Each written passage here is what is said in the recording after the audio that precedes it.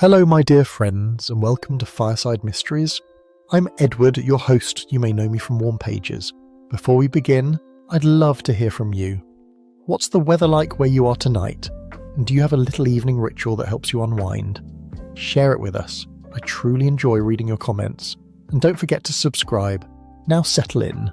Our story begins. Chapter 1, A Bitter Morning in the Byre. The wind came screaming down from the mountains like a banshee with a grievance, and Police Constable Hamish Macbeth pulled his regulation coat tighter around his lanky frame as he cycled along the single-track road out of Lockdup. January in Sutherland was not a month for the faint of heart, and this particular January morning seemed determined to prove that even the hardy souls of the Highlands had their limits. His dog Lugs, a mongrel of indeterminate ancestry and dubious intelligence, trotted alongside the bicycle with his peculiar lopsided gait, ears flapping in the bitter wind. Hamish had considered leaving the beast at home by the warm stove, but Lugs had given him such a reproachful look that his soft heart had won out over common sense, as it so often did. The call had come through just after dawn. Isla McCrae, telephoning from her uncle's farm, her voice steady and calm. There had been an accident. Her Uncle Donald was dead. Could Constable Macbeth come right away? Hamish had known Donald McCrae by reputation more than acquaintance. The man kept to himself, worked his cattle farm with grim efficiency, and was not one for the casual sociability that characterised most of Lockdup. He attended church on Sundays, paid his bills on time, and feuded with his neighbours over matters of boundary and principle with the dedication of a man who believed himself perpetually in the right. Not an easy man, Donald McCrae. But then, farming in the Highlands rarely made for easy men. The McCrae farm sat in a hollow of land where the hills swept down to meet the loch, a collection of stone buildings that looked as though they had grown from the earth itself. Smoke rose from the chimney of the farmhouse, but the byre stood silent and forbidding, its door hanging open like a mouth caught mid-scream. Isla McCrae was waiting for him by the gate.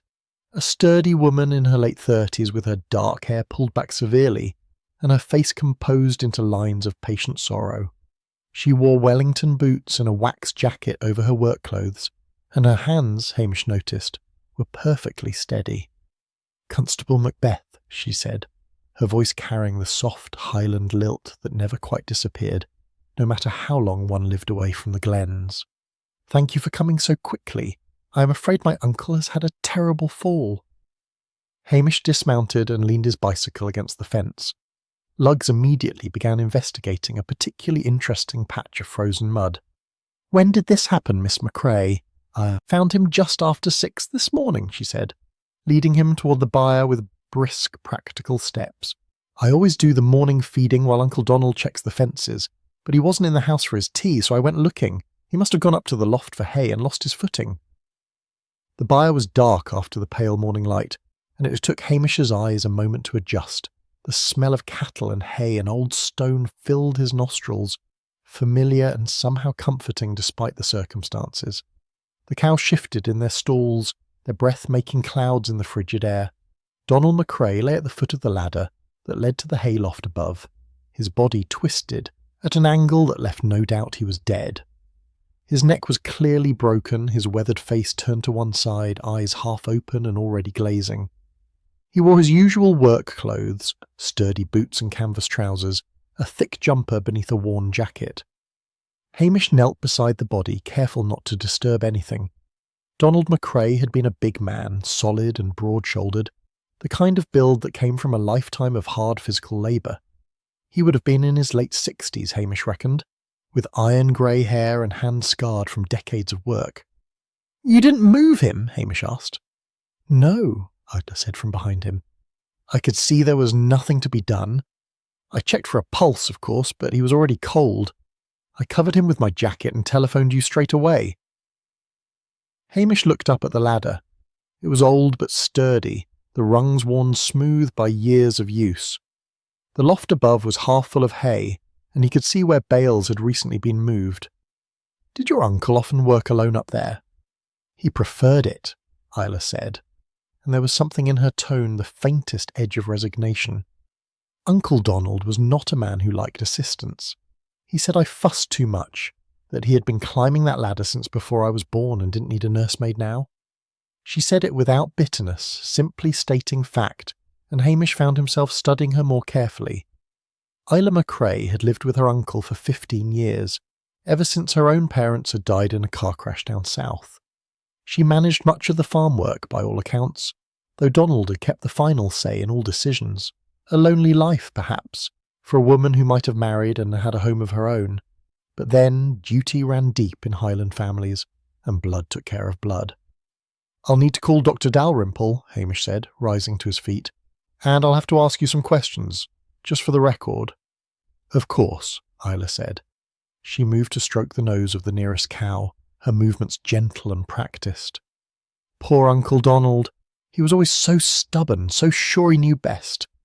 I told him just yesterday to be more careful on that ladder, that the rungs were slippery with the cold, but he never listened, not to me, not to anyone. Her voice was steady, almost matter-of-fact, and Hamish felt the first small stirring of unease that he had learned over the years to never ignore. Not grief, not shock, but something else entirely. Resignation, perhaps, or relief.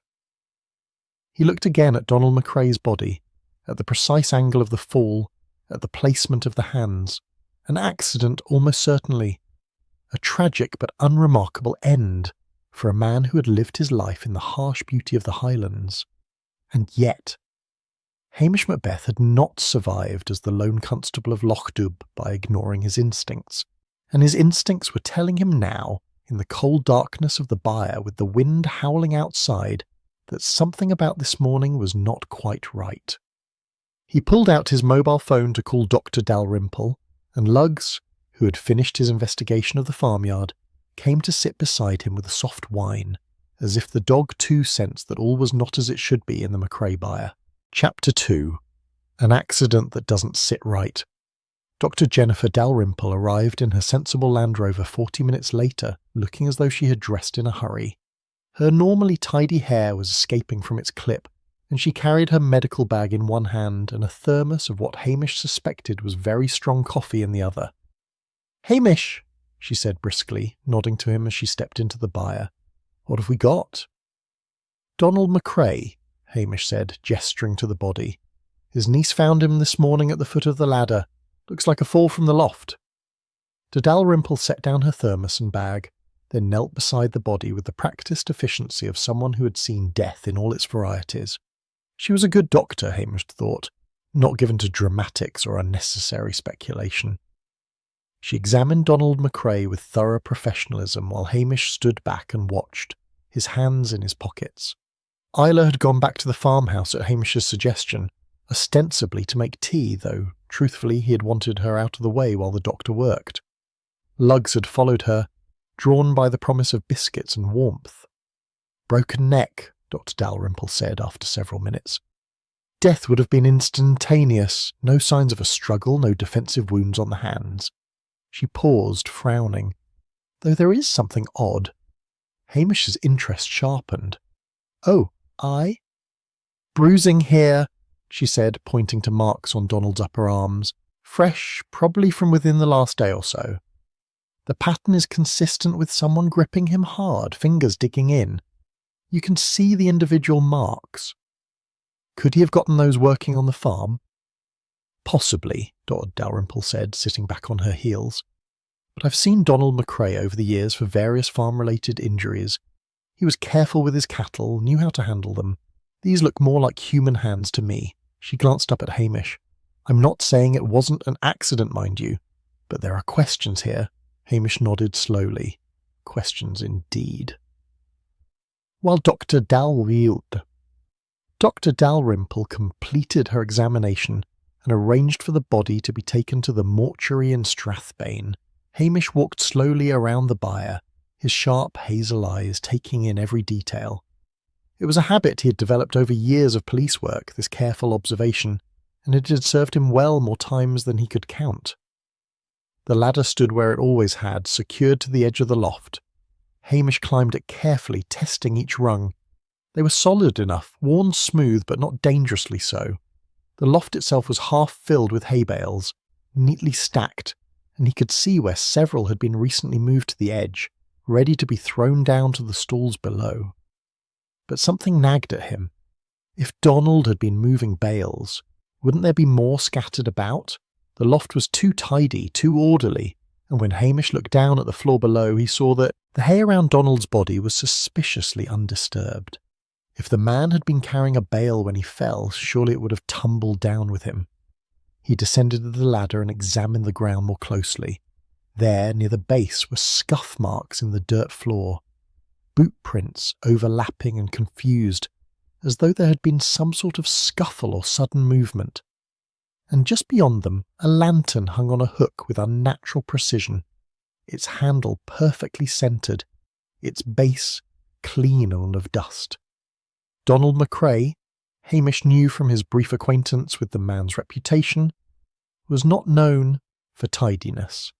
He was a farmer who got the work done, not a man who fussed over the placement of lanterns. "Find anything interesting?" Dr. Dalrymple asked, coming to stand beside him. "Maybe," Hamish said. "Or maybe I'm seeing ghosts where there are none." "You usually have good instincts about these things," she said, unscrewing her thermos and taking a long drink. "I'll do a full post-mortem, of course, but I can tell you now that the cause of death is clear enough. Whether it was pure accident is another matter entirely." They walked back to the farmhouse together, where Isla had indeed made tea and set out a plate of shortbread. The kitchen was warm and clean, with the comfortable shabbiness of a working farm. Dishes were stacked neatly in the drainer, and a cat dozed on the windowsill, supremely indifferent to the drama unfolding around it. Lugs was under the table, happily demolishing what appeared to be most of the shortbread. "That dog of yours has no manners whatsoever," Dr. Dalrymple observed.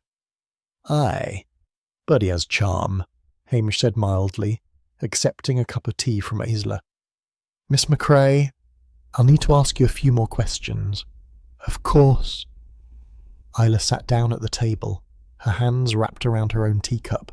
She looked composed, almost eerily so for someone who had just lost the uncle she had lived with for 15 years. "How was your uncle's state of mind recently?" Hamish asked. "Did he seem worried about anything? Upset?" Isla considered this, her brow furrowing slightly. "He had been stressed, I suppose, more short-tempered than usual, and that's saying something. Uncle Donald was never what you'd call an easy-going man." "Stressed about what?" "He wouldn't say. That was Uncle Donald's way, you see. He kept his own counsel, didn't share his worries with anyone, least of all with me." There was no self-pity in her voice, just the calm acceptance of someone stating a long-established fact. But I could tell something was bothering him. He'd been getting letters, and he always took them away to read in private, and there were telephone calls that he had taken in the other room. "Do you know who the letters were from?" "No, he never said, and I never asked. It wasn't my place to pry into Uncle Donald's business." Hamish exchanged a glance with Dr. Dalrymple. Letters and telephone calls, followed by stress and secrecy, followed by death. Perhaps not so simple an accident after all. "Did your uncle have any enemies?" he asked. "Anyone he'd argued with recently?" Isla gave a short, humourless laugh. "Uncle Donald argued with everyone, Constable. He believed in speaking his mind, and he didn't much care if people took offence. There was the ongoing feud with Angus Beattie over the grazing rights to the upper field, and he'd dismissed Callum Reid years ago and never had a kind word for him since. But actual enemies," she paused. "I couldn't say for certain." He guarded his privacy fiercely. After Dr. Dalrymple left and the undertakers had come for the body, Hamish lingered at the farm, unable to shake the feeling that he was missing something. He walked through the byre again, this time alone except for Lugs, who seemed to have appointed himself chief investigator of interesting smells. It was Lugs, in fact, who led him to it. The dog had been snuffling around the base of the wall when he suddenly sat down and let out a sharp bark, his peculiar crooked tail wagging furiously. "What have you found, boy?" Hamish asked, coming over to investigate. Behind a loose stone wedged into a gap that would have been invisible to anyone not looking for it, was a folded piece of paper. Hamish pulled it out carefully, his heart beginning to beat a little faster. The paper was stained with mud and damp, but the writing was still legible. The letter was unsigned, written in a careful, educated hand. It spoke of lies and secrets, of a child and years of deception. And it ended with a demand, "Meet me, or everyone will know what you've done." Hamish stood there in the cold byre, the letter in his hand, and felt the case shift beneath his feet like sand giving way to water. This was no simple accident. This was something darker, something that reached back into the past and dragged old sins into the pale light of a January morning. He folded the letter carefully and slipped it into his pocket, then bent down to scratch lugs behind his mangled ears.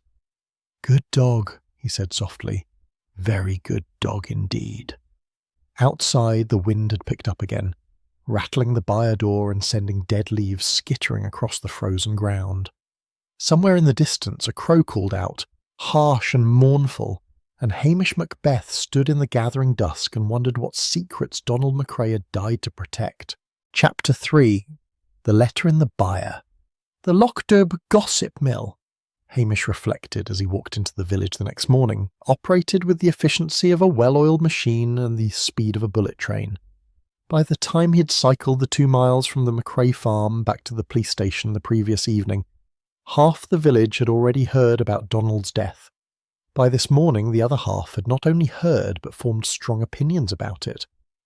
The first person to accost him was Jessie Curry, the village gossip, who intercepted him outside Patel's store with the determination of a woman on a mission. "Constable Macbeth," she said, her twin set quivering with indignation and curiosity in equal measure. "Is it true what they're saying, that Donald MacRae was murdered? Murdered, I say, in his own byre?" "Nobody has said anything about murder, Mrs. Curry," Hamish said patiently. "Mr. MacRae had a fatal accident." An accident, Jessie repeated, as was her annoying habit of echoing everything twice. "But I heard there was foul play, and didn't I always say that man had secrets? Secrets, I tell you." Despite himself, Hamish's interest was piqued. "What sort of secrets?" Jessie leaned in conspiratorially, her eyes bright with the joy of being the bearer of potentially useful information.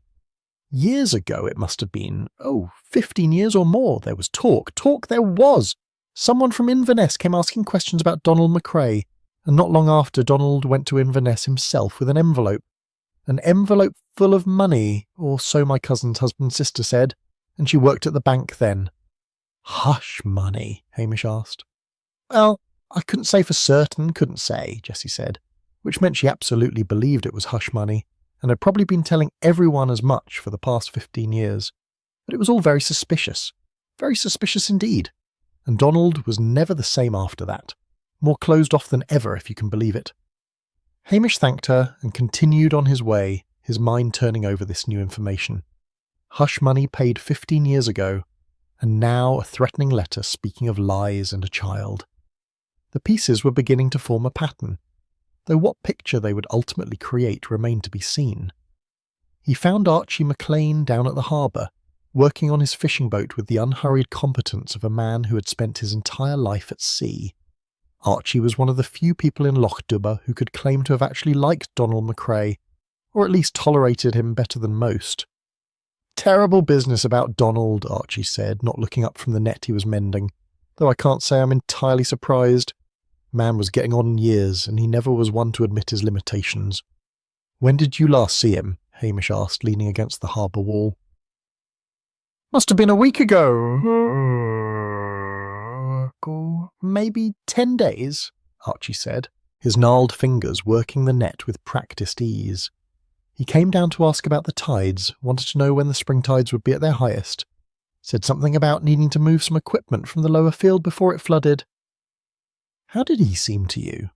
Archie paused, squinting up at Hamish against the weak winter sun. Now that you mention it, he seemed agitated. Not like himself at all. Donald was always a dour man, you understand, but that day he was positively jumpy. Kept looking over his shoulder like he expected someone to appear. Did he say anything about being worried? About anyone bothering him? Not to me directly, Archie said slowly. but I did see him having words with a stranger before Christmas. Right heated it was, outside the Napoli restaurant. I couldn't hear what they were saying, but the stranger was doing most of the talking, and Donald looked like thunder. They went off together toward the car park, and that was the last I saw of it. What did this stranger look like? Archie scratched his grizzled chin thoughtfully. City type, I'd say. Well-dressed, drove a fancy car, a woman, middle-aged, with that look about her of someone who's had a hard life but hasn't let it beat her down, if you know what I mean. Hamish did know. He thanked Archie and walked back through the village, his mind working through the information he'd gathered. A letter speaking of a child and years of lies. Hush money paid 15 years ago. A well-dressed woman arguing with Donald before Christmas, and Donald himself increasingly agitated in the days before his death. Back at the police station, he spread the letter out on his desk and read it again carefully. The handwriting was neat and controlled, the kind of writing that came from someone educated and deliberate. The paper itself was ordinary enough, available at any stationery shop with no distinguishing marks. The words, though, the words were filled with barely suppressed rage. "You can't hide from this forever," it read. "The child deserves to know the truth. You've had your years of peace built on lies. Meet me at the usual place on Friday, or I swear I'll tell everyone what you did, what we both did, the whole rotten story." Friday. Hamish checked the calendar. Donald had died on a Tuesday morning. If the letter had been demanding a meeting on Friday, that would have been 3 days before his death. Had the meeting taken place? And if so, what had been said? He was still contemplating this when the door to the police station opened, and a woman he didn't recognise walked in. She was in her late 50s or early 60s, well dressed in a good wool coat and smart boots, with grey-streaked dark hair and fine lines around her eyes that spoke of years spent squinting into the wind. There was something fierce about her, something unbowed despite the obvious marks of hardship. "Are you Constable Macbeth?" she asked, her accent marking her as Highland-born but long away from home. "I am," Hamish said, rising from his desk. "And you are?" "Mairead Campbell," she said. "I've come from Ullapool. I heard about Donald McCrae's death on the news this morning, and I thought I should speak to you." Hamish gestured to a chair. "Please, sit down. Can I get you some tea?" "No, thank you." She sat with her handbag on her lap, her back straight. "I won't take up much of your time, Constable. I just wanted to tell you that Donald McCrae owed me money.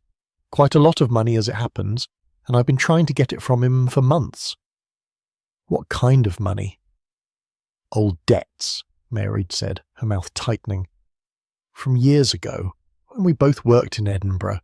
He borrowed money from me that he never paid back, and I've recently found myself in financial difficulties. I wrote to him several times asking for repayment, but he refused to even acknowledge the debt." Hamish studied her carefully. "Mrs. Campbell, I have to ask, when was the last time you communicated with Mr. McCrae?" "I sent him a letter 3 weeks ago," she said, "and I came to see him in person before Christmas.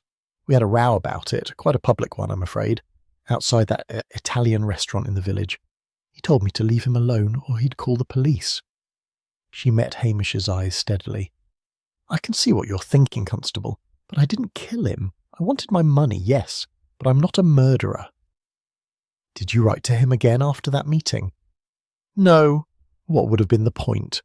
Donald McCrae was a stubborn man. Once he made up his mind about something, that was that." She stood up, pulling her coat tighter. "I just wanted you to know, in case anyone mentioned seeing us argue. I didn't want you thinking I was hiding anything." After she left, Hamish sat back down at his desk and stared at the letter. Mairead Campbell's writing would need to be checked against it, though something told him this wasn't her hand. The letter spoke of a child, of shared secrets. It had the tone of something far more personal than a simple debt collection. He telephoned the police station in Strathbane and asked them to run a background check on both Mairead Campbell and Donald McCrae, particularly focusing on their time in Edinburgh in the 1970s. Then he called Illa McCrae. "Miss McCrae, this is Hamish Macbeth. I wonder if you might know anything about your uncle's time in Edinburgh. when he lived there, what he did. There was a pause on the other end of the line. Not much, I'm afraid. He rarely spoke of it. I know he worked in some sort of office position, but he came back to Lochtub quite suddenly, in 1978 or 1979, bought the farm from the previous owners and never left again. Did he ever mention why he came back? He said he had had enough of city life, that the Highlands were in his blood and he couldn't live anywhere else. Her voice was carefully neutral. "Is this important, Constable?" "It might be," Hamish said. "I'll let you know. Thank you for your help." After he hung up, he sat for a long moment looking out the window at the grey winter sky. Donald MacRae had left Edinburgh suddenly nearly 50 years ago and spent the rest of his life in Lochtub, feuding with his neighbours and keeping his secrets close. He had paid hush money 15 years ago, argued with Mairead Campbell before Christmas, and received a threatening letter demanding a meeting. And now he was dead at the foot of a ladder. With bruises on his arms and too many questions surrounding his fall, Hamish picked up the letter again, turned it over in his long fingers, and wondered what secrets a man might kill to keep hidden, and what secrets might be worth dying for rather than revealing. Outside, lugs barked at a passing sheep, the sound sharp and sudden in the quiet afternoon. Hamish smiled despite himself. At least some things in Lochtub remained refreshingly simple. Chapter 4. Old Sins in a Small Village. The information from Strathbane arrived 2 days later in the form of a fax that emerged from Hamish's ancient machine with reluctant grinding noises. He had to coax the final pages out by hand, reflecting that the police budget for Lochtub appeared to have been set sometime during the reign of Queen Victoria and never updated since. Donald MacRae had indeed worked into Edinburgh from 1975 to 1978, employed as a clerk in a solicitor's office on George Street. Nothing remarkable there. What was remarkable was that he had left quite suddenly in October 1978, giving no notice and leaving no forwarding address beyond a post office box in Lochtub. His employer at the time had noted in personnel records that the departure was unexpected and regrettable, which suggested Donald had been competent enough at his work. Mairead Campbell's history was more interesting. Born Mairead MacLeod in Ullapool, she had worked as a secretary in the same solicitor's office as Donald, though in a different department. She had left Edinburgh 6 months after Donald, in April 1979, and returned to the Highlands. She had married a man named Campbell in 1982, been widowed in 2005, and had worked various administrative jobs ever since. No criminal record for either of them, no obvious connection beyond having worked in the same building nearly 50 years ago. But something had happened in Edinburgh, something that had sent Donald MacRae fleeing back to the Highlands and kept him there for the rest of his life. Hamish was pondering this when the door opened and Isla MacRae entered, bringing with her the smell of cold air and cattle. She carried a cardboard box which she set on his desk with a thump. "I've been going through Uncle Donald's papers," she said without preamble. "I thought you might want to see these.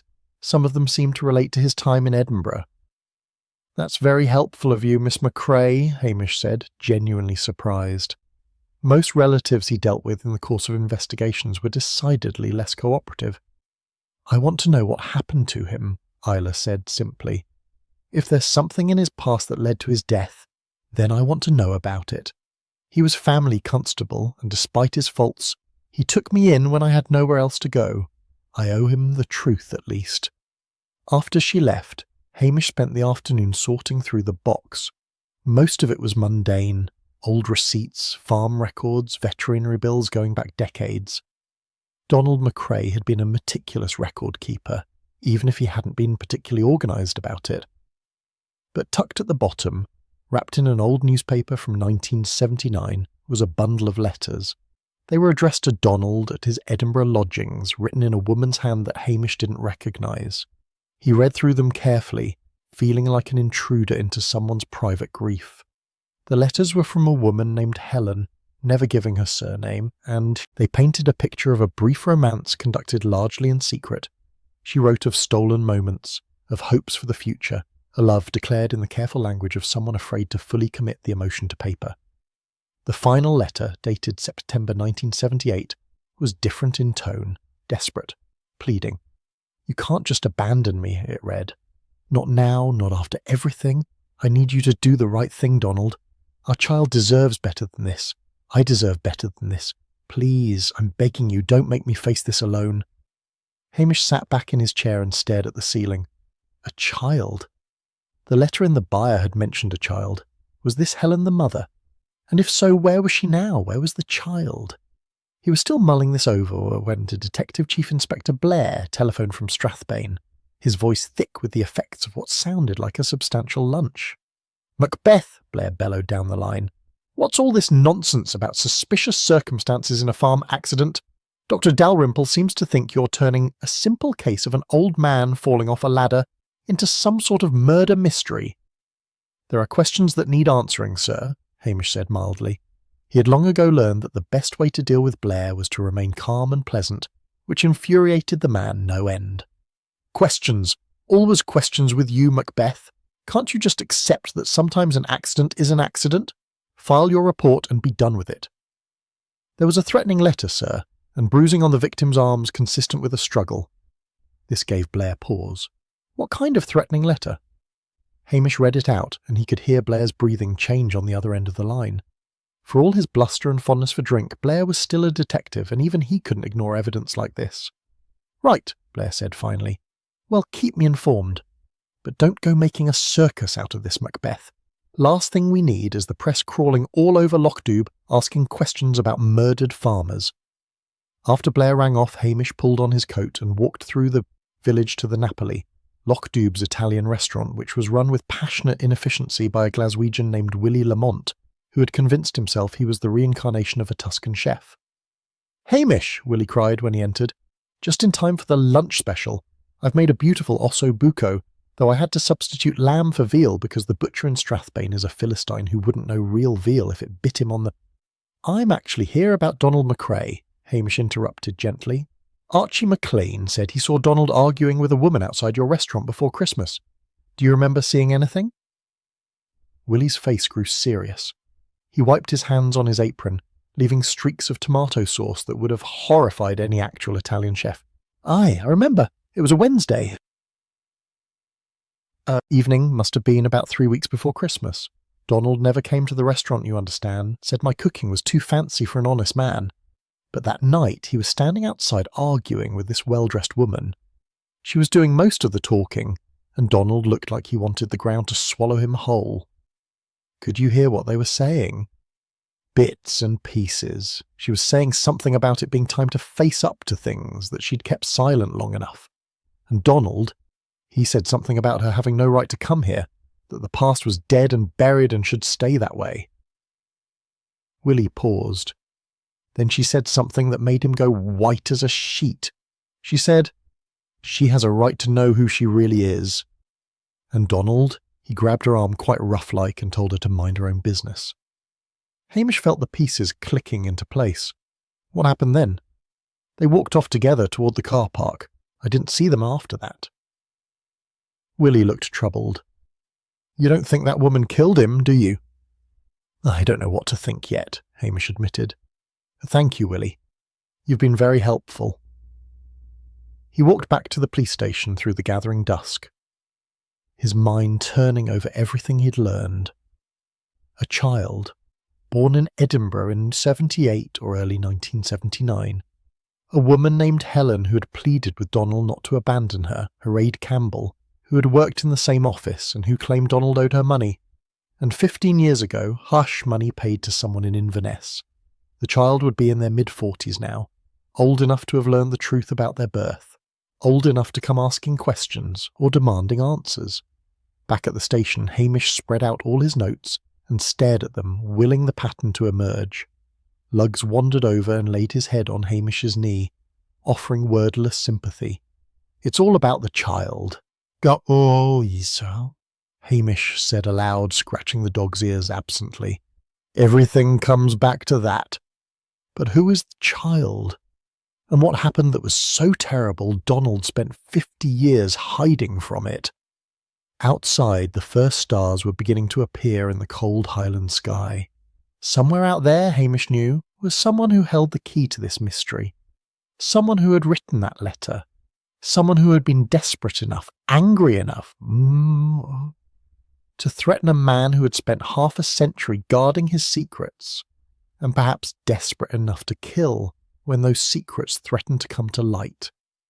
He pulled the phone toward him and began making calls, to Edinburgh registry offices, to adoption agencies, to anyone who might have records from 1978 and 1979. It was tedious work, the kind of patient investigation that never made it into detective novels but which was the bread and butter of real police work. By the time he finished, it was past midnight, and he had a list of names to follow up on. Tomorrow he would start making the rounds, asking questions, piecing together the story of what had happened in Edinburgh all those years ago. But tonight he made himself a cup of tea, fed Lugs the last of the biscuits, and sat in the quiet of the police station, listening to the wind outside and thinking about the weight of secrets, and how even the strongest man could be brought down by the burden of what he refused to say. Chapter 5, Motives in the Shadows. The morning brought sleet and a telephone call from the registry office in Edinburgh that yielded precisely nothing useful. No birth registered to a Helen and Donald McCrae in 78 or 1979. No adoption records under those names. Whatever had happened back then, it had been conducted in the shadows, away from official channels. Hamish was not surprised. In the 70s, there had been ways around the system for those desperate enough or wealthy enough to arrange them. Private adoptions, quiet payments, births registered under false names. The kind of arrangements that left no paper trail and created secrets that could fester for decades. He was nursing a cup of coffee and contemplating his next move when there was a sharp rap at the door. Angus Beattie stood on the threshold looking like a man who had come prepared for battle. He was a large, red-faced farmer, with hands like spades and a temperament to match. "Macbeth," he said without preamble. "Here you've been asking questions about Donald McCrae, and I'll not have my name dragged through the mud over that stubborn old goat's death." Hamish gestured him inside. "I'm just doing my job, Mr. Beattie. Please, sit down." Angus remained standing, his bulk filling the small office. "Everyone knows Donald and I had our differences. That business over the upper field has been going on for 5 years, and neither of us would budge an inch. But that doesn't mean I killed the man, and I'll not have folks saying otherwise." "Nobody's saying anything of the sort," Hamish said calmly, "though I will need to ask where you were on Tuesday morning." "At the livestock auction in Lairg," Angus said promptly. "Got there at 7 in the morning and didn't leave until past noon. Bought 3 heifers and a ram, and I've got the receipts to prove it. You can check with Tom Morrison, the auctioneer. He'll tell you I was there the whole time." Hamish made a note of this. Lairg was a good 40 miles away, too far for Angus to have been in 2 places at once. "Did Donald ever say anything to you about his past? About his time in Edinburgh?" Angus snorted. Donald never said anything to anyone about anything that mattered. Man were tight as a clam. All he ever talked about was cattle prices and boundary disputes. Why? What's his past got to do with him falling off a ladder? "Maybe nothing," Hamish said. "Maybe everything. Thank you for your time, Mr. Beattie." After Angus left, still grumbling about his reputation, Hamish decided to track down Callum Reid. The former farmhand wasn't difficult to find. He was working at the petrol station on the Strathbane Road, looking considerably older than his 50-odd years and nursing what appeared to be a permanent grievance against the world. "Donald McCrae," Callum said, spitting the name like a curse. "Aye, I worked for him. 6 years I gave that man, and he dismissed me over a disagreement about nothing. Said I'd been careless. With the gates, let one of his precious cows into the wrong field. One mistake in 6 years, and he threw me out without a reference." "When was this?" Hamish asked. 15 years ago, Callum said bitterly. "Couldn't get farm work anywhere after that, not without a reference. Had to take whatever jobs I could find.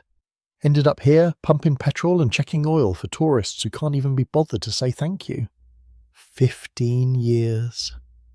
The same time Donald had supposedly paid hush money. Hamish's interest sharpened.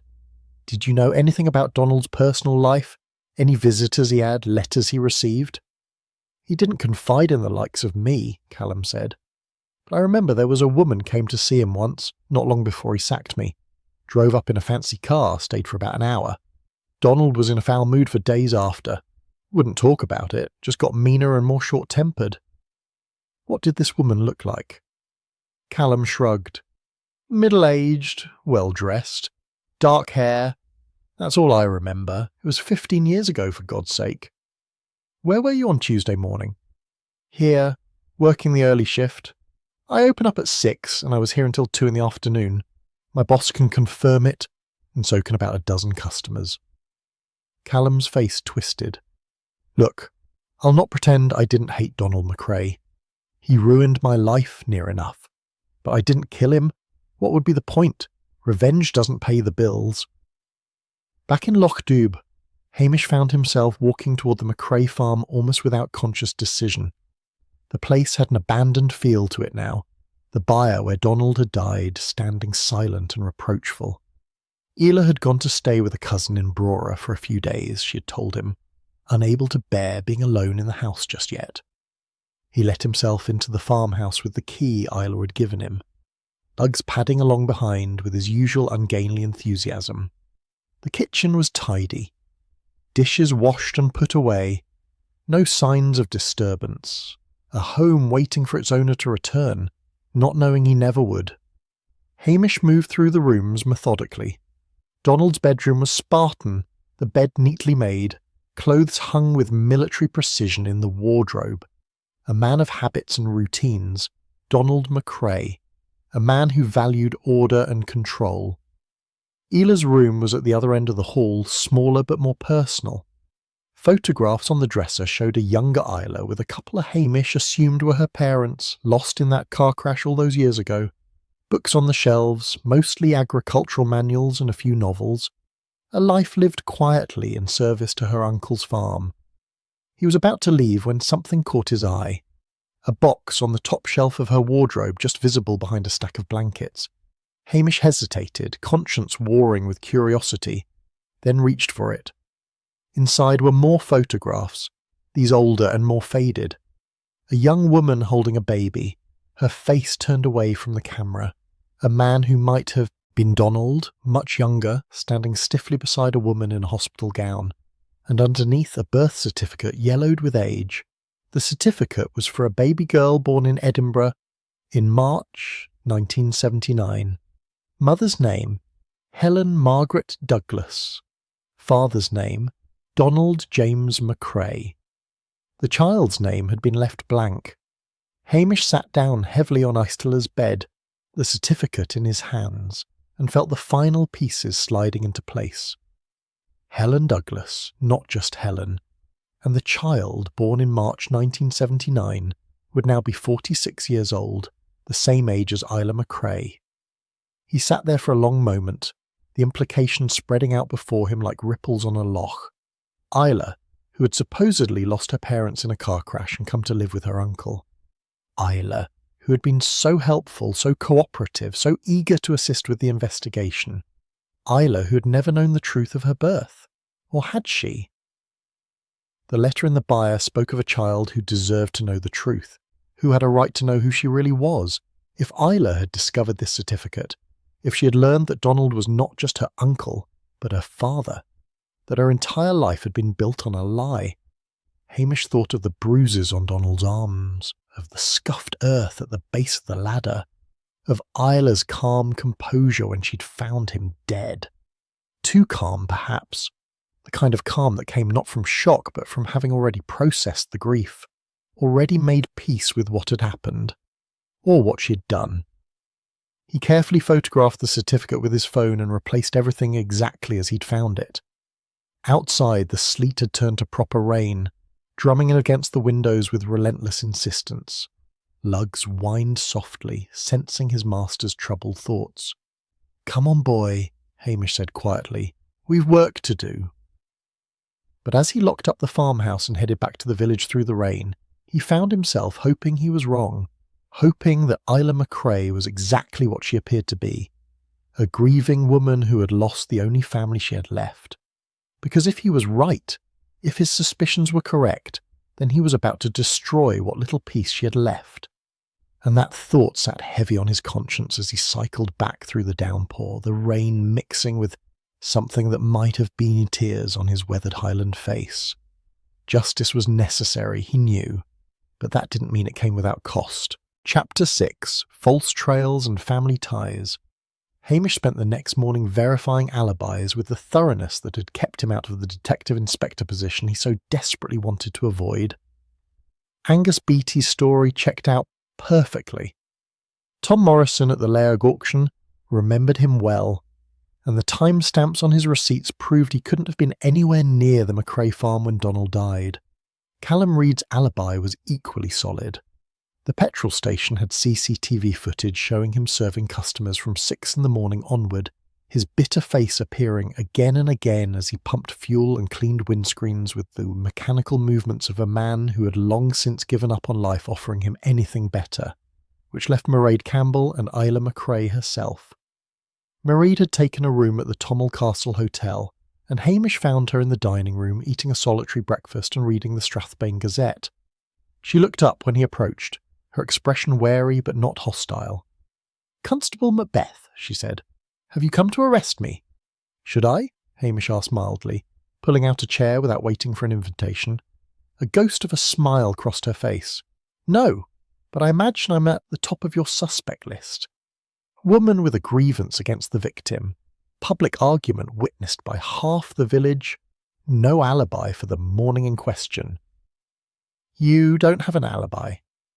"I was here at the hotel," she said, "alone in my room.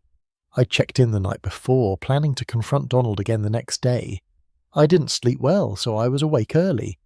But I never left my room until I heard the news about his death." She set down her teacup carefully. "I know how that sounds." "Sounds honest, at least," Hamish said. "Mrs. Campbell, I need to ask you about something. The letter you mentioned, the one you sent Donald 3 weeks ago, what exactly did you say in it?" Mairead reached into her handbag and produced a folded piece of paper. "I kept a copy. You can read it yourself." The letter was businesslike and direct, laying out the details of money Donald had borrowed in 1978 and never repaid. It mentioned specific amounts and dates, all rendered in Mairead's neat, precise handwriting. There was nothing threatening about it, nothing about children or secrets or lies. It wasn't the letter that had been hidden in the byre. "Mrs. Campbell," Hamish said carefully, "when you worked in Edinburgh with Donald, did you know a woman named Helen Douglas?" The effect was immediate. Mairead's face went pale, and her hands trembled slightly as she set down the letter. "Helen," she whispered. "God, I haven't heard that name in years. How do you know about Helen?" "I found letters in Donald's belongings. She was the mother of his child, wasn't she?" Mairead closed her eyes briefly, and when she opened them again, they were bright with unshed tears. "Helen was my friend, my best friend. She and Donald had an affair, very quiet, very secret. He was already engaged to be married to some woman back here in the Highlands, you see, and Helen was just a secretary. Not good enough for the likes of him." "What happened to her?" "She fell pregnant," Mairead said, her voice flat. "Donald panicked, told her he couldn't marry her, that it would ruin everything. He offered her money to go away, to have the baby somewhere quiet and give it up for adoption." She paused, struggling with the memory. "Helen refused at first. She loved him, the poor fool, but Donald can be very persuasive when he wants to be. He convinced her that the baby would have a better life with a proper family, that she was being selfish by wanting to keep it." "And she agreed?" "Eventually. Donald arranged everything. A private adoption, all very hush-hush. Helen had the baby in Arch-9, a little girl, and then she signed papers giving up all rights to her. Donald promised the child would go to a good family, people who wanted a baby and could provide for her properly." Hamish felt his chest tighten. "Did Helen ever find out what happened to the child?" Mairead's laugh was bitter. "That's the really ugly part of it, isn't it? Helen never knew that Donald kept the baby himself, that he brought her here to the Highlands and raised her as his niece after his fiancée died in childbirth, taking their legitimate child with her. He told everyone that the baby was his orphaned niece from distant relations, and Helen, poor Helen, spent the rest of her life thinking her daughter was out there somewhere with strangers, never knowing the child was right here. "Helen's dead?" Hamish asked quietly. 5 years ago, cancer. Mairead wiped at her eyes angrily. She died still thinking she'd abandoned her baby, still carrying that guilt. And all the while Donald had the child here, playing the part of the dutiful uncle, using her for farm labour and never once telling her the truth. "Why didn't you tell Helen?" "'Cause I didn't know." Mairead's voice rose, then fell again. "I only found out last year.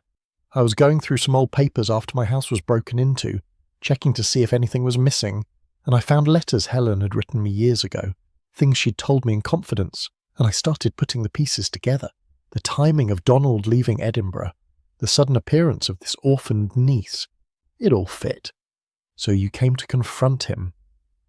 "I wanted him to acknowledge what he'd done," she said, "to admit that he'd lied to Helen, that he'd let her die thinking the worst of herself. I wanted him to tell Isla the truth, to give her a chance to know who her mother was, but he refused, said the past was dead and I should leave it buried." She met Hamish's eyes steadily. "But I didn't kill him, Constable. I wanted him to face what he had done, yes, but I wanted him alive to do it." After leaving Mairead, Hamish sat in his Land Rover for a long time, watching the rain streak down the windscreen. The picture was becoming clearer now, painted in shades of grey rather than the black and white he might have preferred. Donald McCrae, young and foolish and frightened, getting his lover pregnant and choosing the easy way out. Arranging an adoption that wasn't really an adoption at all, just a convenient fiction that allowed him to keep the child while avoiding scandal. Raising Isla as his niece, working her like a farmhand, never once telling her that the blood that ran through her veins was his own. And Helen Douglas, dying with guilt and grief, never knowing her daughter was just a few hours' drive away. It was a miserable story, the kind that made Hamish glad he lived a simple life with simple complications. Give him lugs and his vegetable garden and the occasional poacher any day over this tangle of lies and heartbreak. He drove back to Loch-Dubh and spent the afternoon making discreet inquiries. The story of Isla's arrival in the Highlands checked out, at least superficially. Donald's fiancée, Margaret Fraser, had indeed died in childbirth in 1979, along with their baby son. Donald had returned from the funeral in Inverness with a baby girl he claimed was his orphaned niece, from Margaret's side of the family, and no one had questioned it. Why would they? Men didn't go about stealing their own children and pretending they were orphaned relatives. It was the audacity of the lie that had made it work. By evening, Hamish had one more piece of the puzzle. He tracked down the woman who had been Donald's housekeeper in those early years, now elderly and living in a care home in Dornoch. "Oh, aye, I remember wee Isla," she said, her eyes bright with memory, despite her 90-odd years. "Bonny wee thing she was. Mr. McCrae doted on her when she was small, though he grew harder as the years went on. I always thought it strange, the way he looked at her sometimes, like she reminded him of someone, and it pained him." "Did he ever mention the child's mother?" "Never. Said the poor woman had died and we weren't to speak of it. He was very firm about that." She paused, frowning. "There was something else, though. About 15 years ago, not long before I retired, a woman came to the house asking questions, said she was looking into private adoptions from the late 70s. Mr. McCrae sent her packing, told her in no uncertain terms that Isla was his blood niece and he'd thank her not to come spreading lies. But after she left, I found him in his study with his head in his hands, and I heard him say, 'She knows. God help me, she knows.'" Hamish thanked her and drove back through the darkness, his mind turning over everything he'd learned. 15 years ago, someone had come asking questions. Donald had paid hush money. And now, decades later, the truth had finally caught up with him. But who had written the letter in the byre? Who had known enough to threaten him with exposure? As he pulled up to the police station, Hamish saw a light on inside and Isla McCrae's car parked outside. His heart sank. She was back from Brora earlier than expected, and he was going to have to face her with his suspicions and his knowledge of her true parentage. Justice was necessary, but that didn't make it any easier. Chapter 7. The Helpful Niece. Isla was sitting in the police station's small waiting area when Hamish entered, her hands folded neatly in her lap, her face composed. Lugs went to her immediately, and she bent to scratch his ears with the automatic affection of someone used to animals. "Miss McCrae," Hamish said, hanging his wet coat on the hook by the door. "I wasn't expecting you back so soon." "I couldn't stay away," she said simply. "A farm needs tending, even with everything that's happened. And I wanted to see if there had been any progress in your investigation. Have you found out who wrote that letter?" Hamish busied himself making tea, his back to her, buying himself time to think. "I'm following several leads," he said carefully. "These things take time." "Of course," she accepted the mug he handed her, with a small smile. "I've been going through more of Uncle Donald's papers. I found something I thought you should see." She reached into her bag and pulled out a bank statement from 15 years ago. It showed a withdrawal of £5,000, a substantial sum then and now. "I found this among his old records," Isla said, "along with a receipt from a private investigator in Inverness. The dates match up. It looks like Uncle Donald hired someone to find information about something, then paid someone off to keep quiet about it." "What do you think he was looking into?" Hamish asked, watching her face carefully. "I have no idea," Isla said, meeting his eyes without flinching. "Uncle Donald never confided in me about anything important, but I thought it might be relevant to his death. If he was being blackmailed, perhaps the blackmailer grew impatient and decided to take more direct action."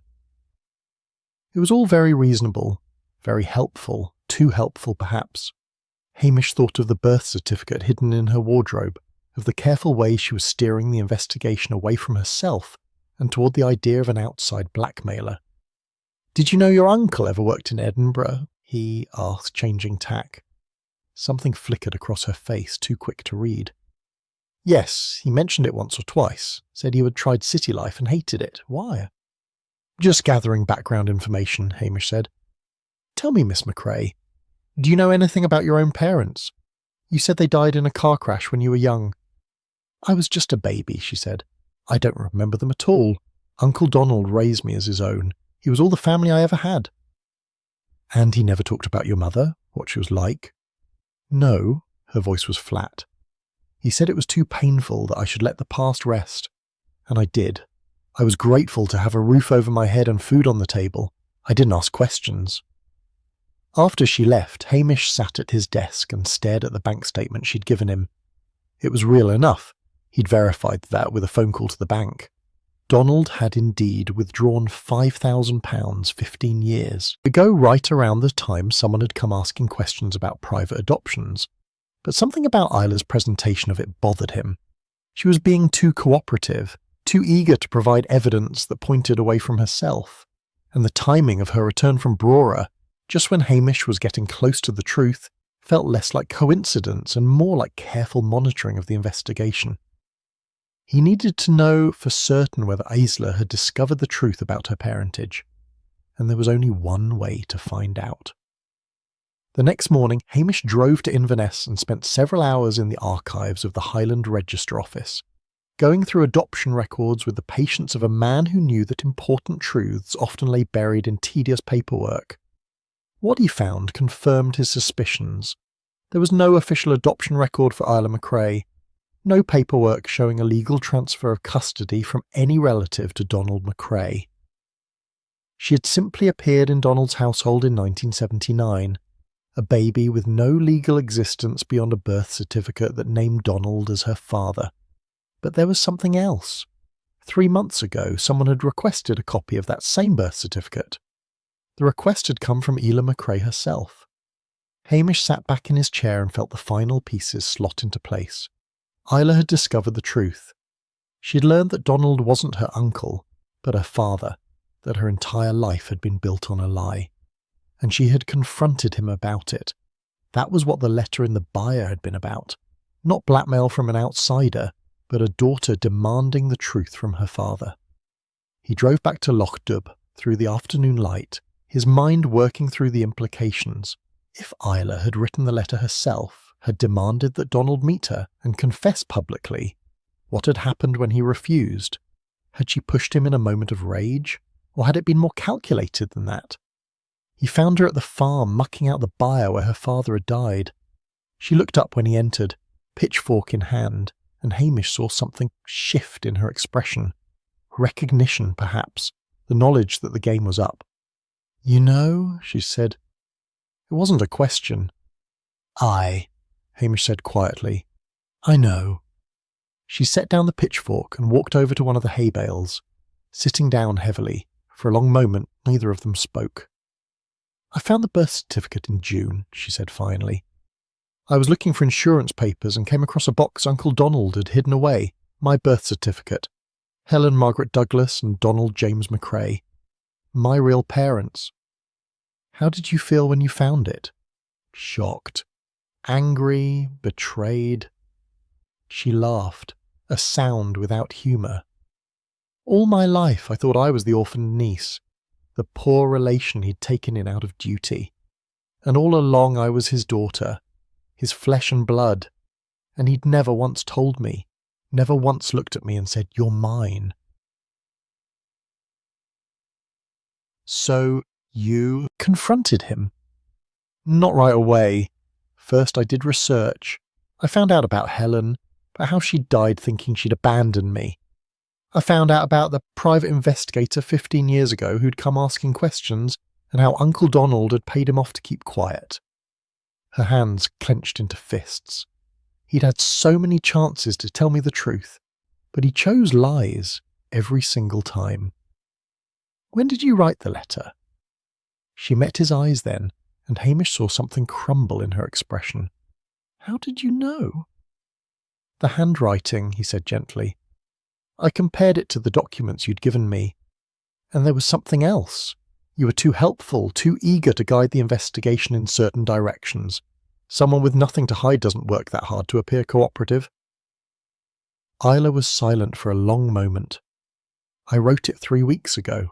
I demanded that he meet me in the byre and tell me the truth, that we would go to a solicitor together and make everything legal and official, that I would finally know who I really was. And he refused. He said the past was dead and should stay buried, that I was being ungrateful, that he'd given me a home and a life and I should be thankful for it." Her voice broke. "Thankful? As if he had done me some great favour by lying to me for 46 years. Hamish sat down beside her on the hay bale, careful to keep his distance but offering silent sympathy. "What happened that morning, Isla?" She took a shuddering breath. "I went to him one more time. I begged him to just acknowledge me, to tell me about my mother. But he said Helen was a mistake he'd spent his whole life trying to forget, and I was a reminder of his shame. He said—" She paused, struggling with the words. "He said I should never have been born. And then? And then I don't really remember. I was so angry, angrier than I'd ever been in my life. He turned to climb up to the loft, dismissing me like I was nothing, and I grabbed his arm. I wanted him to listen, to look at me, to see me as his daughter just once, but he jerked away, lost his balance." She stopped, her face crumpling. "I didn't mean for him to fall, I swear I didn't. But when I saw him lying there, broken, all I could think was that he'd finally stopped running from the truth." Hamish said nothing, letting her finish. "I panicked. I hid the letter, tried to make it look like an accident. Then I went and made myself breakfast, waited an appropriate amount of time, and came back to discover him." She looked at Hamish with hollow eyes. "I even managed to seem calm and collected, grief-stricken but brave, and all the while I knew what I'd done." The byre was quiet except for the gentle sounds of the cattle shifting in their stalls. Outside the wind had picked up again, carrying with it the smell of rain and peat and all the wild loneliness of the highlands. "I'm sorry," Hamish said finally, and he meant it. "So am I," Isla whispered. "So am I." Chapter 8. The Truth Beneath the Hay. Hamish drove back to the police station that evening, with Isla's partial confession weighing on him like a stone. She had admitted to grabbing Donald's arm, to the argument, to hiding the letter and staging the scene. But something about her account didn't quite fit with the physical evidence. He spread out his notes on the desk and went through them methodically. The bruises on Donald's arms had been substantial, the kind that came from someone gripping hard with real force. The scuffed dirt at the base of the ladder suggested a struggle, not just a startled grab and an accidental fall. And then there was the lantern, hanging with unnatural precision on its hook. If there had been a sudden accident, a moment of rage followed by immediate panic, would Isla have had the presence of mind to tidy up, to place the lantern just so Leagues wandered over and rested his chin on Hamish's knee, offering wordless sympathy. Hamish scratched the dog's ears absently, his mind still turning over the pieces of the puzzle. "She's not telling me everything, boy," he said aloud. "Question is, what's she still hiding?" He pulled out the letter again, the one found in the byre, and read it with fresh eyes. The handwriting was educated and controlled, yes, but there was something about the phrasing that nagged at him. "What we both did," it said. "The whole rotten story. We both did. Not just what you did, but what we both did." Hamish sat up straighter.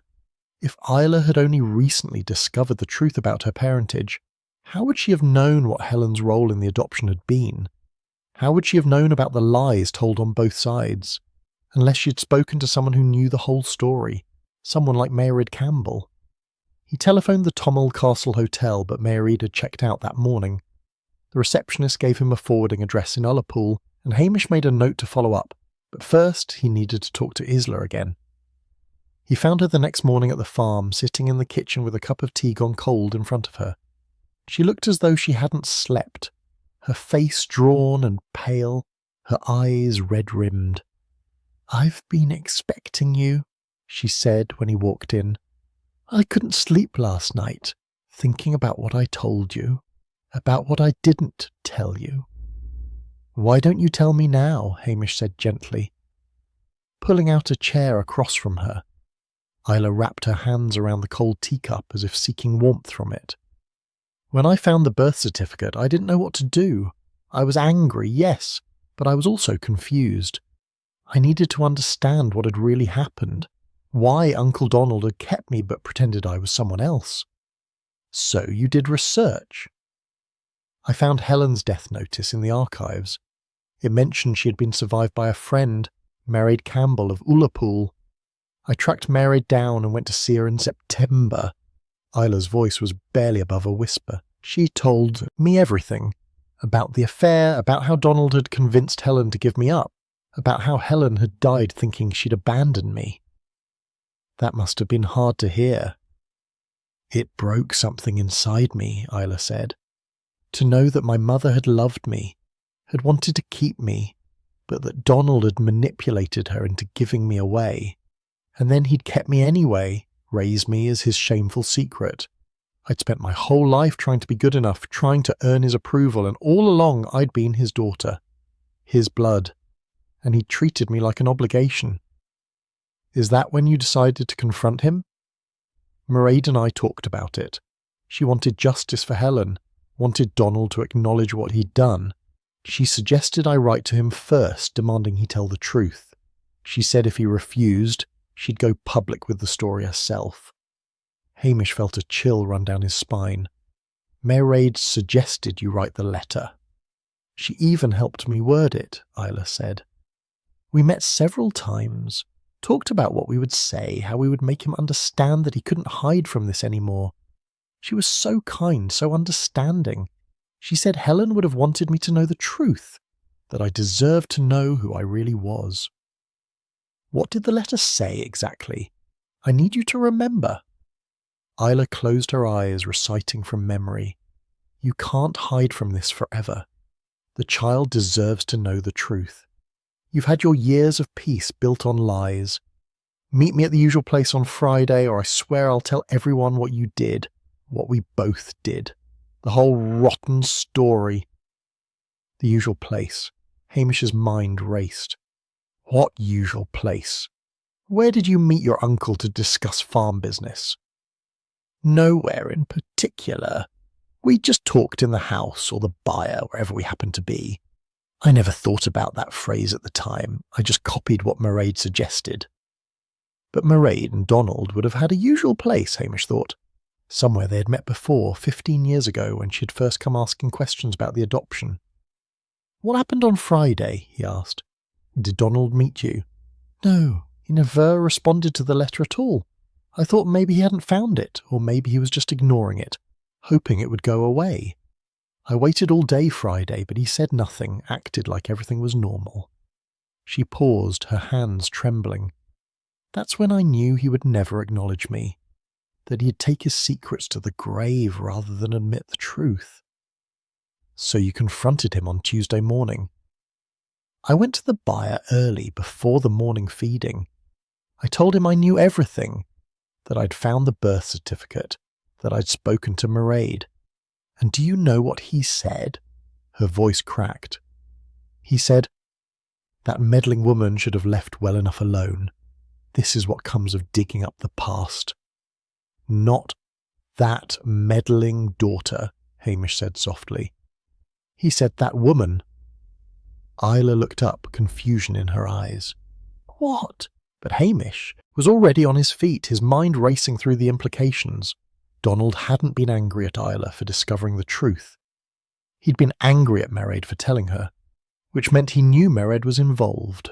Which meant, "Isla," he said urgently, "did you actually touch your uncle that morning? Did you grab his arm?" She frowned, thinking back. "I was angry, I wanted to, but he turned away from me so quickly, started climbing the ladder like I wasn't even there. I shouted at him, called him a coward. And then what?"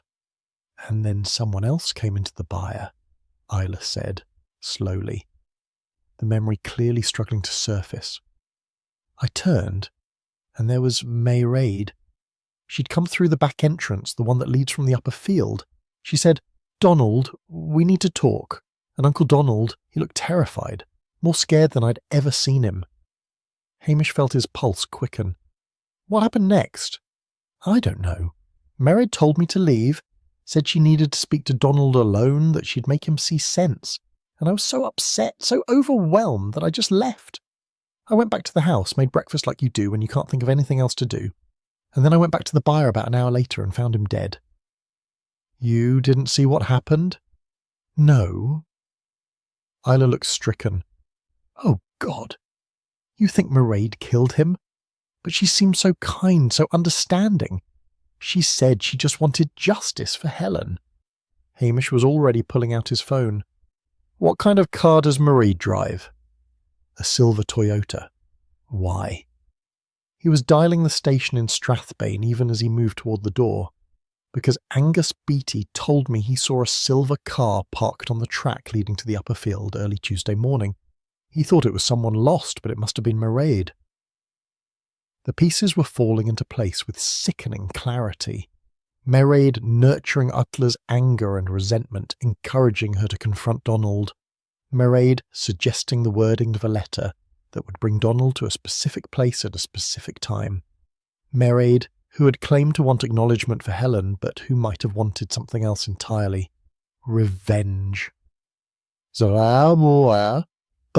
Hamish had told Isla. "Don't leave the farm. I'll be back as soon as I can." He ran to his Land Rover, Lug scrambling in beside him, and headed for Ullapool with his blue light flashing and his mind already working through what must have happened in that byre on Tuesday morning. Mairead Campbell had waited 15 years for this opportunity. 15 years to plan, to nurture her grief and anger, to find the perfect weapon in the form of Donald's unknowing daughter. And when Donald had refused to meet on Friday, when he'd thought himself safe, Mairead had simply gone to him herself on Tuesday morning, knowing Isla would provide the perfect cover and the perfect suspect. The question was whether Hamish could prove it before she disappeared completely. Chapter 9. A Quiet Confession. Hamish found Mairead Campbell in her small terraced house in Ullapool, packing boxes with the methodical care of someone who had done this before. She didn't seem surprised when she opened the door and saw him standing there, Lugs panting at his heels. "Constable Macbeth," she said calmly. "I wondered how long it would take you. Come in. I've just made tea."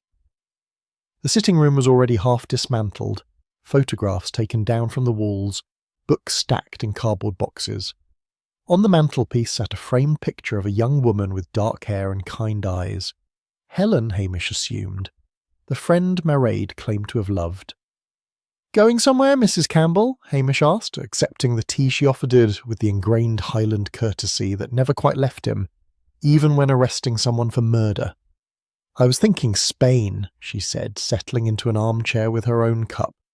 "Somewhere warm, where old sins don't follow quite so closely." She smiled, and there was something terribly sad about it. "I suppose that plan's rather scuppered now, isn't it?" "You were there," Hamish said quietly. "Tuesday morning, in the byre." "Yes." She sipped her tea. "I suppose Isla told you. Poor girl. I did try to spare her, you know. Sent her away before it happened. She shouldn't have had to see her father die, even if he didn't deserve the title." "What happened, Mrs. Campbell? Tell me the truth." Mairead set down her teacup and stared at the photograph of Helen for a long moment. When she spoke, her voice was distant, as if she were describing something that had happened to someone else. "I went to the farm early that morning. I'd been parked on the track near the upper field since dawn, waiting and watching. I saw Isla go into the byre, heard them arguing, and I thought, this is it. This is when Donald finally faces what he's done. But Isla left. I made her leave, told her I'd handle it, that I'd make Donald see sense. She was so upset, so vulnerable. I sent her back to the house." Mairead's hands clenched in her lap. "And then it was just Donald and me, alone in that byre. Just like it had been 15 years ago when he paid me to keep quiet about Isla's true parentage." "So you were the one asking questions 15 years ago? The private investigator was looking for you?" "I'd pieced together the truth by then," she said. "Helen had been dead for 10 years, and I couldn't shake the feeling that something wasn't right about how quickly Donald had left Edinburgh. How conveniently an orphaned niece had appeared right around the time Helen's baby would have been born. So I hired someone to dig into it. And when you found out the truth—" "I came to Donald," Mairead said, her voice hardening. "I told him I knew what he'd done, that I was going to tell Isla everything, that Helen's daughter deserved to know her mother hadn't abandoned her. And do you know what that bastard did?" Hamish waited. "He laughed," she said bitterly. "He actually laughed. Said Helen had been weak and stupid, that he'd done her a favour by taking the child off her hands. Said if I told Isla the truth, he'd deny everything and make me look like a bitter old woman with delusions. Then he offered me £5,000 to go away and forget I'd ever worked it out." "And you took it?" "To my shame, yes, I took it. I was going through a divorce, money was tight, and I convinced myself that maybe he was right. Maybe Isla was better off not knowing. Maybe the truth would just hurt her more." She looked up at Hamish, her eyes bright with tears. "But I never forgave myself for it. Every time I thought of Helen dying with the guilt over abandoning a child she'd never actually abandoned, it ate at me. I'd betrayed my best friend for £5,000. So you decided to tell Isla the truth this time." "I told myself it was for Isla's sake, that she deserved to know. But if I'm being honest," she paused, struggling with the words, "I wanted Donald to suffer. I wanted him to lose everything the way Helen had lost everything. I wanted him to feel what it was like to have someone take something precious and twist it into something shameful." "What happened in the byre?" Mairead closed her eyes, and when she spoke again, her voice was barely above a whisper. "I confronted him, told him Isla knew the truth now, that he couldn't hide any more. He said terrible things about Helen, about Isla, called them both mistakes he'd had to live with, said I'd ruined everything by meddling in matters that didn't concern me. And then he turned his back on me, started climbing that damned ladder like I was nothing, like Helen was nothing, like his own daughter was nothing, and something in me just snapped. She opened her eyes, and they were full of an old, deep pain. I grabbed him. I wanted him to look at me, to acknowledge what he had done, but he tried to shake me off and we struggled. He was stronger than I expected, even at his age, but I was angrier. You pushed him. I shoved him away from me, hard. He was halfway up the ladder off balance. He fell backward, hit the ground hard. Her voice cracked. I heard his neck break, this awful sound like a branch snapping, and then he was just still. The room was silent except for the ticking of a clock somewhere in the house. Lugs had settled at Hamish's feet, sensing the weight of the moment. "What did you do then?" Hamish asked gently. I panicked. I killed him. I hadn't meant to, but I'd killed him. I thought about calling for help, but he was clearly dead. And what good would it do? She laughed, a sound without humour. So I did what Donald had taught me all those years ago. I hid the truth. I straightened the lantern that had fallen, scuffed out some of my footprints, and left the way I'd come, drove away before anyone could see me. You left Isla to find him. I know. Mairead's face crumpled. God help me, I know. I used that poor girl, manipulated her anger, and then left her to discover her father dead and blame herself for it. That's the worst part of all of this, Constable. Not that I killed Donald, because honestly, he deserved worse than a quick death, but that I made Isla think she might have done it, that I let her carry that guilt. Hamish pulled out his phone and made the call to Strathbane. Blair would come with uniforms and paperwork, would take Mairead away to be formally charged. But for now, sitting in this half-packed house with the photograph of a long-dead woman watching over them, there was just the truth and the terrible weight of it. I did love Helen, or Mairead said while they waited. She was the best friend I ever had, and I like to think she'd understand why I did this, that she'd forgive me for taking so long to give her justice. Justice, Hamish repeated softly, or revenge. Mairead smiled sadly. Is there really a difference, Constable? Helen died thinking she was a terrible mother. Donald spent 46 years lying to his own daughter. Someone had to make him pay for that. Someone had to stand up for Helen when she couldn't stand up for herself. The courts will decide what it was, Hamish said. For what it's worth, Mrs. Campbell, I think Helen would have wanted you to live your own life, not spend it seeking vengeance for hers. Perhaps, Mairead said. We'll never know, will we? That's the real tragedy of secrets, Constable Macbeth. They rob us of the chance to know what the dead would have truly wanted.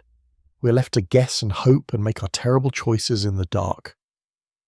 When Blair arrived with his team, Mairead went quietly, her dignity intact, even as they read her rights and led her to the waiting car.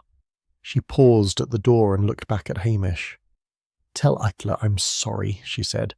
Tell her Helen loved her. That's the one true thing in all of this mess. Her mother loved her and wanted her, and died never knowing how close she'd been all along. Hamish promised he would, and watched as they drove away, taking Mairead Campbell to whatever justice awaited her in Strathbane. The photograph of Helen still sat on the mantelpiece, her kind eyes looking out at a world that had moved on without her, leaving nothing but secrets and grief in its wake. Hamish picked it up carefully, thinking he would give it to Isla. At least she could have this much of her mother, this small piece of the truth that had been denied her for so long. It wasn't justice, not really, but it was something. Chapter 10. Justice in Lochdubh. Spring came to Lochdubh the way it always did, slowly and with considerable reluctance, as if the Highlands were suspicious of anything as frivolous as warm weather and birdsong. But by late March, the worst of the winter had passed, and the hills were beginning to show touches of green among the brown and grey. Hamish stood at his kitchen window watching lugs chase a butterfly with more enthusiasm than skill, and reflected that the case of Donald MacRae's death had left its mark on the village in ways both visible and invisible. Mairead Campbell had been charged with manslaughter rather than murder. The Crown Prosecution Service had accepted that while she had caused Donald's death, it had not been premeditated in the strictest sense. Her confession, delivered with quiet dignity, had helped, as had the testimony about Donald's treatment of both Helen and Isla, which had painted a picture of a man who had engineered his own tragedy through decades of lies and manipulation. She would likely serve 5 to 7 years, the solicitor had told Hamish. Not enough, some said. Too much, said others. Hamish kept his own counsel on the matter. Justice was rarely neat, and this case had been messier than most. The Macrae farm had been put up for sale. Ela had inherited everything, but she couldn't bear to stay there, she'd told Hamish.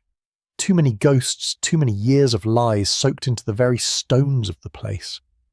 She had taken a position managing a farm near Fort William, a fresh start where nobody knew her history or asked uncomfortable questions about her parentage. Before she left, Hamish had given her the photograph of Helen. She'd cried when she saw it, really cried for the first time since the whole sorry business had begun, and Hamish had made her tea and let her grieve for the mother she'd never known and the father who had never claimed her. "Do you think she would have liked me?" Isla had asked, clutching the photograph. "My mother, Helen." "I think she would have loved you," Hamish had said gently. "From what Mary had told me, Helen spent her whole life missing you. She would have been proud of the woman you became, despite everything."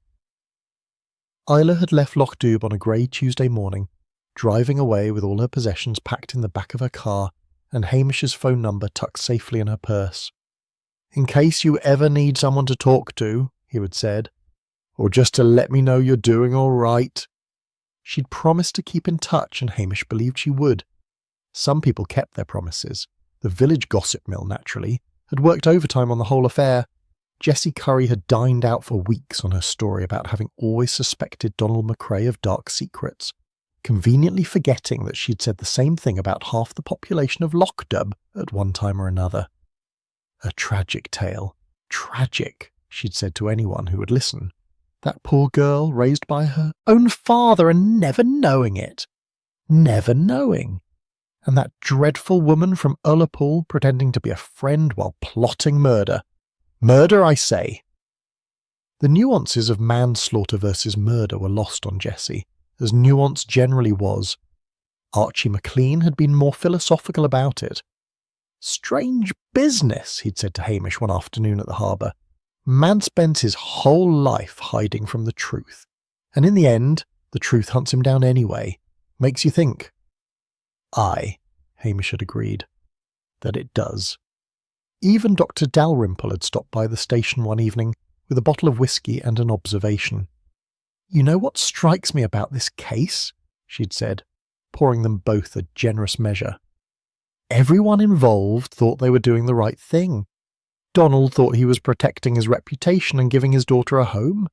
Helen thought she was doing what was best for the baby. Mairead thought she was getting justice for her friend. And Isla just wanted to know who she was." "And they were all wrong," Hamish had said. "Were they?" And Dalrymple had raised her glass. "Or were they all just a bit right and a lot human? That's the trouble with real life, Hamish. It's not like one of those detective novels where the murderer is evil and the victim is innocent. Sometimes it's just broken people making broken choices and hoping for the best. Blair, predictably, had tried to take credit for solving the case. He'd held a press conference in Strathbane announcing that, through diligent police work and careful investigation, the truth about Donald Macrae's death had been uncovered. He'd managed to avoid mentioning Hamish's name entirely, which suited Hamish just fine. The last thing he wanted was attention from headquarters and the possibility of promotion to a desk job in Strathbane. Now, as spring tentatively established itself and life in Lochdoub returned to its usual rhythm of small dramas and petty disputes, Hamish found himself thinking about secrets and the weight they carried. Donald Macrae had carried his secrets for nearly 50 years, and they had poisoned everything they touched. Helen had died carrying the secret of her abandoned child. Mairead had carried the secret of Donald's hush money for 15 years before it finally consumed her, and Isla had lived 46 years not knowing the secret that defined her very existence. All that weight, all that wasted time. He was pulled from his musings by a knock at the door. When he opened it, he found a package on the step, no return address, postmarked from Fort William. Inside was a small watercolour painting of the Macrae farm in springtime, the hills green and the sky impossibly blue, painted with an amateur's enthusiasm but undeniable love. A note was tucked inside. "Dear Hamish," it read in Isla's careful handwriting. I've taken up painting. My therapist suggested it as a way to process everything that happened. This is the farm as I choose to remember it now, not as it was, but as it might have been if things had been different. Thank you for your kindness during the darkest time of my life. You helped me understand that the truth, even when it's painful, is better than the most comfortable lie. With gratitude, Isla. Hamish propped the painting up on his kitchen windowsill where he could see it while he worked. It was a nice thought, he reflected, reimagining the past in gentler colours. Though he suspected the real farm, with all its complications and sorrows, would haunt Isla for a long time yet. Lugs wandered in from the garden, muddy and pleased with himself, and Hamish made them both lunch. As he ate, he watched the loch shimmer in the spring sunlight and counted his blessings. A simple life in a beautiful place. A job that kept him busy without overwhelming him. A dog who was loyal if not particularly bright, and the freedom to be himself without pretense or lies. He thought of Donald McCrae, who had spent 50 years pretending to be someone he wasn't, denying his own child to preserve a reputation that had crumbled to dust in the end anyway. What a waste, Hamish thought. What a terrible, pointless waste. That evening, as the sun set over the loch in shades of pink and gold, Hamish walked through the village with lugs at his heels. Spring was definitely coming, he decided. You could smell it in the air, that peculiar highland scent of peat and new grass and possibilities.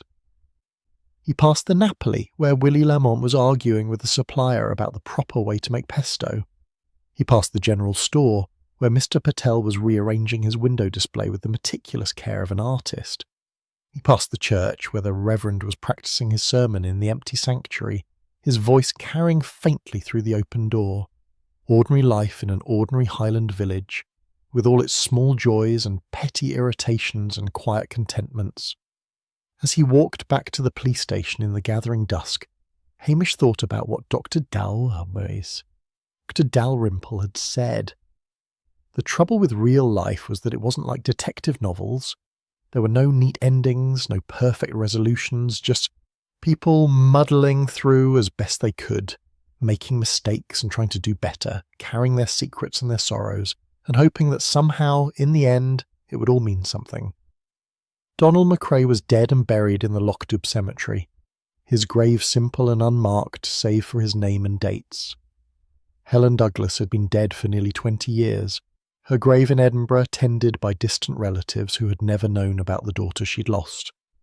Mairead Campbell was in prison, paying for her moment of rage with years of her freedom, and Isla was in Fort William, painting watercolours and trying to build a life from the ruins of the one she'd thought she had. The past, Hamish reflected, always found a way back to the surface. Secrets buried too long rotted the strongest. Foundations. It was a lesson worth remembering, though he suspected most people would have to learn it the hard way, just as Donald McCrae had. He let himself into the police station and made a cup of tea, Lug settling by the stove with a contented sigh. Outside, the first stars were beginning to appear in the darkening sky, and somewhere in the hills, a sheep bleated forlornly. Spring was coming to Lochdubh, bringing with it the promise of new beginnings and the mercy of time, which softened even the sharpest sorrows if you gave it long enough. And in the Highlands, Hamish thought, time was one thing they had in abundance.